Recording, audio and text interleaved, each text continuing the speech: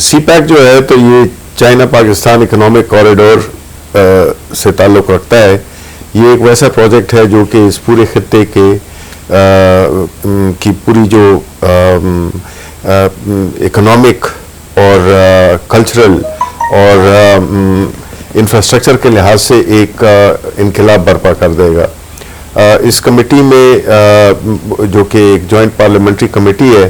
اس میں 7 ممبران سینیٹ سے اور 7 ممبران نیشنل اسمبلی سے ہیں، جس میں کہ سینیٹ سے میں پاکستان تحریک انصاف کو ریپرزینٹ کر رہا ہوں اور اسد عمر نیشنل اسمبلی سے ریپرزینٹ کر رہے ہیں. ہم نے اپنی جتنی بھی میٹنگز ہوئی ہیں اس میں ہم نے بنیادی طور پہ پاکستان کی انٹرسٹ کو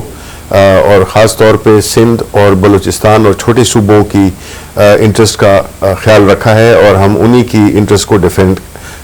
کرتے ہیں کیونکہ ہم ایک نیشنل پارٹی ہیں. تو ہم نے صرف خیبر پختونخوا کا نہیں سوچنا بلکہ تمام چھوٹے صوبوں کا ہم نے سوچنا ہے اور پاکستان کا سوچنا ہے.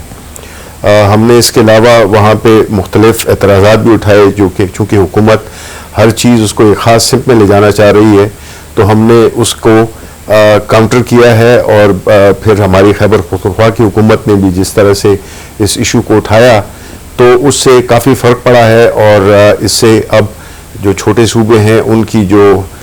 اس پورے کوریڈور میں ان کی پریزنس کو اور ان کی انٹرسٹ کو بھی اب اہمیت دی جانے لگی ہے.